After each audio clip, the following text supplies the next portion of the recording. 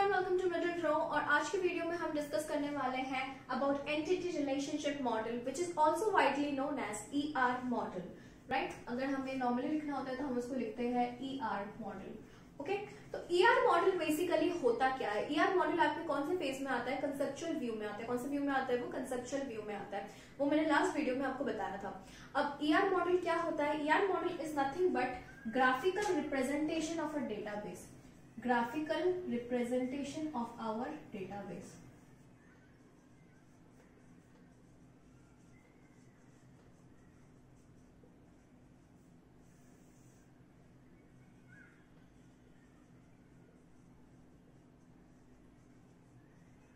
Right, अब ER model में हमारे कुछ कंपोनेंट्स प्रेजेंट होते हैं। तीन तरह के कंपोनेंट्स मेनली प्रेजेंट होते हैं। फर्स्ट है हमारा एंटिटी, सेकंड है हमारा attribute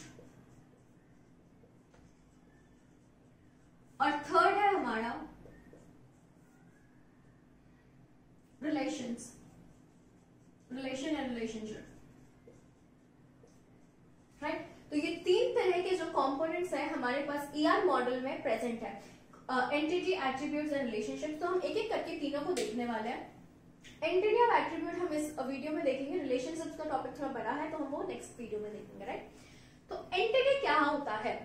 any real world object. Now what is a real world object? इसका मतलब क्या? रियल वर्ल्ड का कोई भी ऑब्जेक्ट, मतलब कुछ भी, like student, employee, car, table, chair, anything that is present in the real world is known as an entity.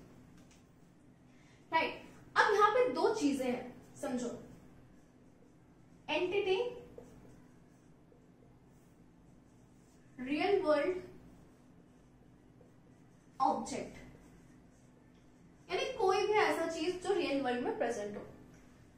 अब आ गया हमारा entity set, collection of entities,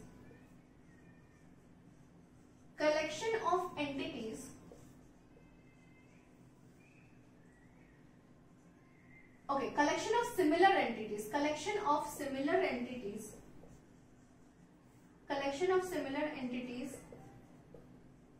having similar properties. So basically collection of similar entities having similar properties। और entity क्या है? entity है हमारा कोई भी real world object। तो basically ये collection है वो real world objects का जो similar हो और एक साथ कुछ similar properties भी show करते हो, है ना, exhibit करते हो, कुछ similar properties exhibit करते हो और एक दूसरे के साथ similar भी हो। और that's quite common कि अगर वो properties similar exhibit करेंगे तो obviously वो एक दूसरे के साथ similar होंगे, है ना। तो इसका आप example कैसे समझे? अच्छा, मैं एक एग्जाम्पल लेती हूँ।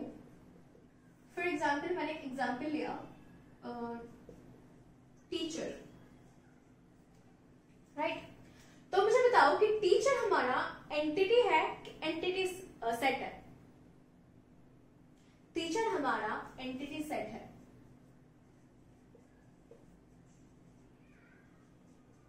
राइट, पर अगर मैंने यहां पे मान लो टीचर्स का नाम लिख लिया,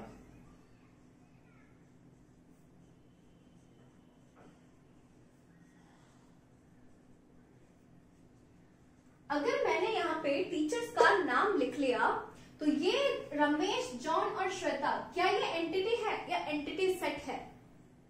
ये हमारे एंटिटीज है। राइट, ये रमेश, जॉन और श्वेता अपने आप में एक एंटिटी है और इनके कलेक्शन को, यानी कि पूरा टीचर, अगर मैं टीचर बोलूं तो हो सकता है कि मैं रमेश को इंडिकेट कर रही हूँ, जॉन को इंडिकेट कर रही हूँ या फिर श्वेता को इंडिकेट कर रही हूँ। राइट, तो इन तीनों में से किसी के लिए भी मैं टीचर यूज कर सकती हूँ। तो टीचर हमारा एंटिटी सेट है और जब हम इंडिविजुअली बात कर रहे हो तो ये हमारे एंटिटी है। राइट, सिमिलरली अगर मैं बुक की बात करूं, बुक क्या है? हमारा एंटिटी सेट है। पर वहीं अगर मैं DBMS की बुक की बात करूं, C++ की बुक की बात करूं, है ना, इंग्लिश की बुक की बात करूं,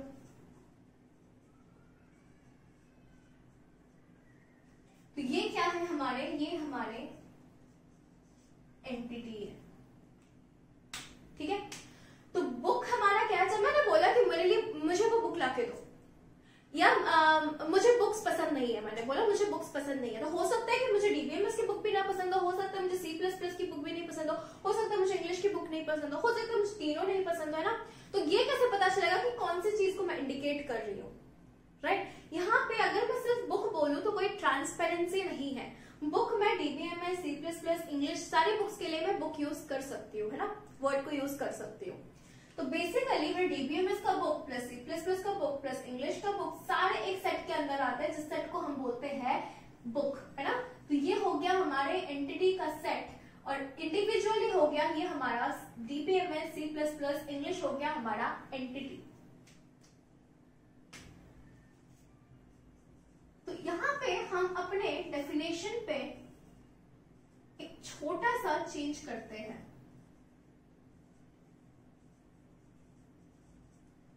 real world object that is distinguishable. Distinguishable से क्या मतलब है, जिसकी अपनी एक पहचान हो। बुक बोलेंगे तो क्या बुक की अपनी कोई पहचान है, नहीं है। पर अगर मैं बोलूं डीबीएमएस की बुक, तो क्या उसकी एक अलग पहचान है? ऑब्वियसली है। अगर मैंने आपको बोला कि आप बुक लेके आओ मेरे लिए, तो आप डीबीएमएस की ला सकते हो, C++ की ला सकते हो, इंग्लिश की ला सकते हो, है ना। पर अगर मैं आपको बोलूं आप मेरे लिए डीबीएमएस की बुक लेके आओ, तो क्या आप मेरे लिए मैथ्स की बुक लेके आओगे? नहीं लाओगे। सिमिलरली अगर मैं आपको बोलूं कि यार टीचर को बुला लाओ यार, तो आप रमेश को बुला सकते हो, जॉन सर को बुला सकते हो, श्वेता मैम को बुला सकते हो। पर अगर मैंने आपको बोला कि आप जॉन सर को बुला के लाओ, तो क्या आप रमेश सर को पकड़ के लेके आओगे? नहीं। क्यों? क्योंकि वो उसकी आइडेंटिटी है, वो डिस्टिंग्विशेबल है। आपको पता है कि जॉन सर रमेश सर से अलग है। पर अगर मैं टीचर बोलूं, तो क्या आपको पता है कि कौन से टीचर की तरफ मैं इंडिकेट कर रही हूँ? नहीं पता है। तो वो बन जाता है आपका एंटिटी सेट, और इंडिविजुअली ये बन जाते हैं आपके एंटिटीज। तो आई गेस आपको एंटिटी और एंटिटी सेट में फर्क समझ आ गया हो। पर एक और चीज हम बताना चाहूंगी कि जब हम बात करते हैं तो कभी कभी हम एंटिटी सेट को एंटिटी बोल देते हैं ना, क्योंकि बुक एक एंटिटी है, ये एक एंटिटी है, कभी कभी हम बोल देते हैं। पर एक्चुअली वो करेक्ट नहीं है, पर वो लैंग्वेज में बोलते बोलते हम थोड़े बहुत हम अपने हिसाब से चेंजेस कर लेते हैं, राइट। एंटिटी सेट की जगह शायद फर्दर वीडियोस में मैं बुक को एंटिटी बोल दूं, क्योंकि वो हम बोलने के लिए बस यूज करते हैं। जब टेक्निकली आपसे कोई पूछा जाएगा कि एंटिटी सेट या बुक एक एंटिटी सेट है या एंटिटी है, तो आपको बोलना है कि नहीं, बुक एक एंटिटी सेट है, राइट। चलो, तो इसके बाद हम अब पढ़ेंगे एट्रीब्यूट्स के बारे में, राइट। इसके बाद हम पढ़ेंगे अब एट्रीब्यूट्स के बारे में। तो एट्रीब्यूट्स क्या है हमारा? Attributes are nothing but properties, right. Attributes are nothing but properties. अच्छा, एक और चीज, एंटिटी को हम ग्राफिकली हम इसको रेक्टेंगल से डिनोट करते हैं, उसको हम रेक्टेंगल से डिनोट करते हैं, राइट। एंटिटी या फिर एंटिटी सेट को हम रेक्टेंगल से डिनोट करते हैं। और वहीं अगर मैं बात करूं एट्रीब्यूट की, तो एट्रीब्यूट को हम ओवल शेप से डिनोट करते हैं, ओवल शेप से डिनोट करते हैं, ठीक है। तो एट्रीब्यूट क्या होता है? Attribute is nothing but property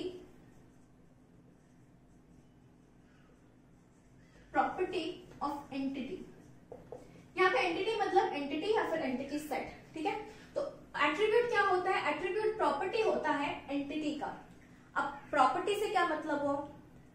for example मैंने एक एंटिटी ले लिया पर्सन, चलो पर्सन भी नहीं, मैंने एक एंटिटी ले लिया स्टूडेंट, ठीक है। तो स्टूडेंट की प्रॉपर्टीज क्या हो सकती है? उसका एज, उसका नाम, उसका फोन नंबर, वो कौन सी क्लास में है, उसके क्या सब्जेक्ट्स है, उसके मार्क्स क्या है, उसका रोल नंबर क्या है, राइट। ये सब हो जाती है एक स्टूडेंट की प्रॉपर्टीज, राइट। तो basically property of an entity is known as an attribute. Now there are many kinds of attributes, okay. First one is single valued, मतलब ऐसे एंटिटी जो सिर्फ एक ही हो सकता है किसी इंसान का, राइट। फॉर एग्जाम्पल मैं अगर यहाँ पे, चलो हम यहाँ पे एग्जाम्पल ले लेते हैं स्टूडेंट का, स्टूडेंट का एंटिटी ले लेते हैं हम, है ना, स्टूडेंट का। तो स्टूडेंट के लिए सिंगल वैल्यूड क्या हो सकता है? स्टूडेंट के लिए सिंगल वैल्यूड, चलो स्टूडेंट पर्सन का ले लेते हैं, स्टूडेंट से बेहतर होगा पर्सन का, आपको एक बेहतर नॉलेज मिलेगा, है ना। एक पर्सन का एंटिटी ले लेते हैं, पर्सन को हम एज एन एंटिटी ले लेते हैं। तो सिंगल वैल्यूड एट्रीब्यूट मतलब वो एट्रीब्यूट जो एक पर्सन का एक ही हो सकता है। क्या हो सकता है एक ही? एज, मतलब माना आपका आधार कार्ड में अलग एज है, असली एज अलग है, 10th का सर्टिफिकेट में एज अलग है, पर एक्चुअल एज तो एक ही है ना। एज तो ज्यादा एक मतलब एक दो नहीं हो सकते, ऐसा तो नहीं हो सकता कि आप साथ में 20 साल के भी हो और 22 साल के भी हो। अलग अलग डॉक्यूमेंट्स में आपका अलग अलग होगा, बट सच्चा वाला जो रियल एज है वो ही होगा, राइट। तो वो हो गया आपका एज। इसके अलावा और क्या हो सकता है? सिंगल वैल्यूड, आपका Aadhaar card number, PAN card number, ठीक है। ये एक से ज्यादा किसी इंसान के नहीं हो सकते, वो फर्जी वाले नहीं, नॉर्मल वाले एक से ज्यादा किसी इंसान के नहीं हो सकते, है ना।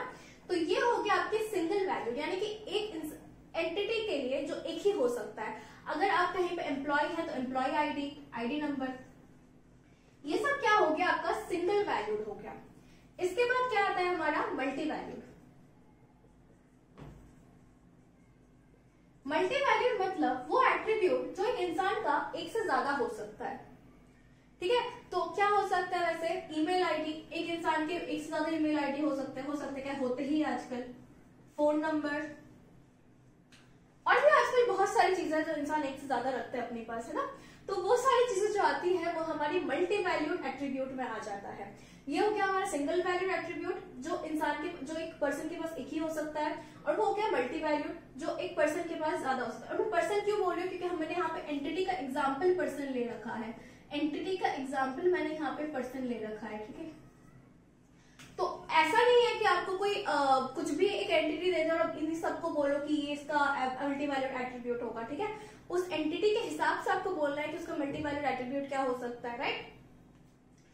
या यहाँ पे एड्रेस भी हो सकता है, मतलब परमानेंट एड्रेस अलग होता है किसी का और नॉर्मल एड्रेस, करंट एड्रेस अलग होता है, राइट। इसके बाद आता है कंपोजिट।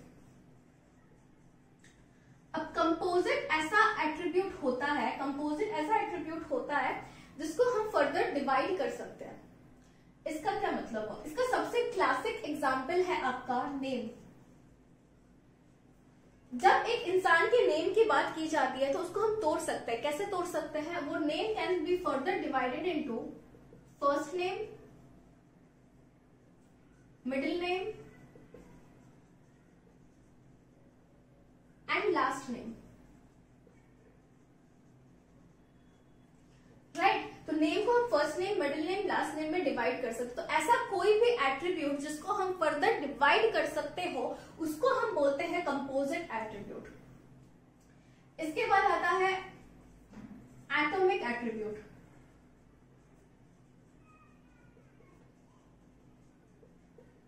एटॉमिक एट्रीब्यूट वो एट्रीब्यूट होता है जिसको हम फर्दर डिवाइड नहीं कर सकते। यहाँ का सिंपल एग्जांपल है फर्स्ट नेम। अगर किसी इंसान का मैं फर्स्ट नेम एक एट्रीब्यूट ले लूं तो क्या उसको मैं फर्दर डिवाइड कर सकती हूँ? नहीं कर सकती हूँ। अगर मैंने नेम उसका एट्रीब्यूट ले लिया तो उसको मैं फर्स्ट नेम, मिडिल नेम और लास्ट नेम में डिवाइड कर सकती हूँ। पर अगर किसी इंसान का मैंने फर्स्ट नेम को ही एक एट्रीब्यूट ले लिया तो क्या मैं उसको फर्दर डिवाइड कर सकती हूँ? जी नहीं, बिल्कुल नहीं कर सकती हूँ, राइट। फर्स्ट नेम सबका एक ही होता है, right. Okay, next is stored. अच्छा, अब स्टोर्ड क्या होता है समझो। यहाँ पे मैंने एक एंटिटी ले लिया पर्सन, इसमें मैंने क्या क्या एट्रीब्यूट्स लिए? यहाँ पे मैंने एट्रीब्यूट्स लिया एज, राइट। नहीं, एज नहीं लिया मैंने, यहाँ पे लिया डेट ऑफ बर्थ, फिर मैंने लिया नेम जो फर्दर डिवाइड हो गया first name, last name, middle name, right. उसके बाद मैंने लिया फोन नंबर, फिर ईमेल आईडी। ये सारे ही मैंने एट्रीब्यूट लिए। एक पर्सन के इतने सारे मैंने एट्रीब्यूट्स लिए, ठीक है। अब मुझे बताओ कि स्टोर्ड क्या होता है। देखो, अगर मैं आपसे पूछूं कि इस पर्सन का डेट ऑफ बर्थ क्या है, इस पर्सन का अगर डेट ऑफ बर्थ मैं आपसे पूछूं तो आप सीधा सीधा यहां से देख के मुझे बता दोगे कि दीदी इसका डेट ऑफ बर्थ ये है, राइट। तो यहाँ पे स्टोर्ड का मतलब ये होता है जो हम डायरेक्टली देख के बता सके डेटाबेस से। डेटाबेस से जो हम डायरेक्टली देख के बता सके उसको हम बोलते हैं स्टोर्ड एट्रीब्यूट। नेक्स्ट आता है हमारा डिराइव्ड एट्रीब्यूट। डिराइव्ड एट्रीब्यूट इसको क्या है? ये है हमारा एज। अगर मैं इस पर्सन और इसके एट्रीब्यूट्स के बारे में बात करूं तो क्या आपको कहीं पे यहाँ पे एज दिख रहा है एट्रीब्यूट में? जी नहीं, यहाँ पे आपको कहीं पे भी एज तो नहीं दिख रहा होगा। तो अगर मुझे अभी एज पता करना है तो मुझे क्या करना पड़ेगा, मुझे डेट ऑफ बर्थ को कंसिडर करना पड़ेगा और डेट ऑफ बर्थ से फिर मुझे एज डिराइव करना पड़ेगा या एज कैलकुलेट करना पड़ेगा। तो जो एट्रीब्यूट हमारे पास प्रेजेंट है वहां से अगर हम कोई और एट्रीब्यूट को डिराइव कर पाते हैं, कैलकुलेट कर पाते हैं, तो वो आ जाता है हमारा डिराइव एट्रीब्यूट में। अभी स्टोर और डिराइव ज्यादा क्लियर हो गया होगा। स्टोर वो है जो हम डायरेक्टली देख के बता सकते हैं, स्टोर एट्रीब्यूट वो है जो हम एट्रीब्यूट में से डायरेक्टली देख के बता सकते हैं, और डिराइव वो है जिसको हम एग्जिस्टिंग एट्रीब्यूट से डिराइव करते हैं या कैलकुलेट करते हैं, राइट। तो गाइस अभी आज के वीडियो के लिए इतना ही था about attributes and entities. I guess पूरा कॉन्सेप्ट क्लियर हो गया है। एंटिटी होता है हमारा real world object, entity set होता है वैसे ऑब्जेक्ट्स का अगर हम कलेक्शन कर लें। फॉर एग्जाम्पल बुक हमारा एंटिटी सेट है, और अगर हम बुक में स्पेसिफाई कर देंगे कौन सा बुक, तो वो हमारा एंटिटी बन जाता है। वैसे ही हमारे पास एट्रीब्यूट होता है, attributes are nothing but properties of an entity, यानी कि एंटिटी की क्या क्या प्रॉपर्टीज है, एक एंटिटी की क्या क्या आइडेंटिफिकेशन हो सकती है ना। तो उसमें हमने single valued, multi valued, composite, atomic, store and derived entities के बारे में आज एट्रीब्यूट के बारे में आज हमने पढ़ा। तो if you enjoyed the video please like the video and subscribe to the channel, और नेक्स्ट वीडियो में हम लोग पढ़ने वाले हैं अबाउट रिलेशनशिप्स। Thank you.